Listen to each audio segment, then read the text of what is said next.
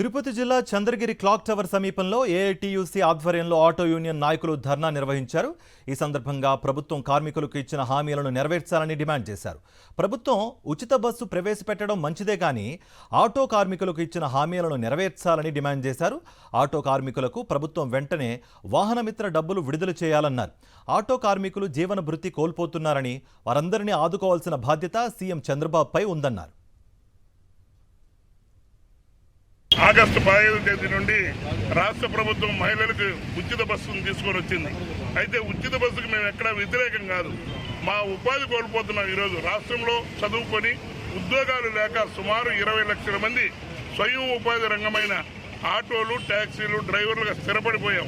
ఈరోజు మా కుటుంబాలన్నీ కూడా మేము బండి నడిపితేనే మా కుటుంబాలన్నీ గడుస్తున్నాయి. మా పిల్లల్ని చదివించుకుంటున్నాం.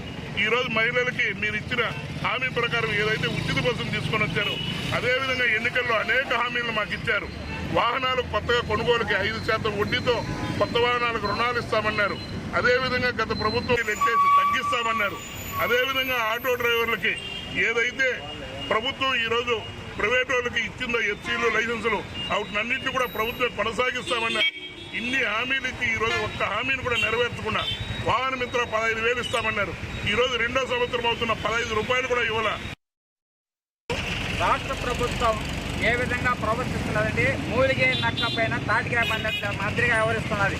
అయ్యా చంద్రబాబు నాయుడు గారు, మీ నియోజకవర్గంలో, చంద్రగిరి నియోజకవర్గంలో దాదాపు స్వయం ఉపాధి ఎన్నుకున్నటువంటి ఆటో డ్రైవర్లు 11,253 మంది డ్రైవర్లు ఈ నియోజకవర్గంలో స్వయం ఉపాధితో ఆటోలు నమ్ముకొని తన కుటుంబాలు పోషించుకుంటున్నారు.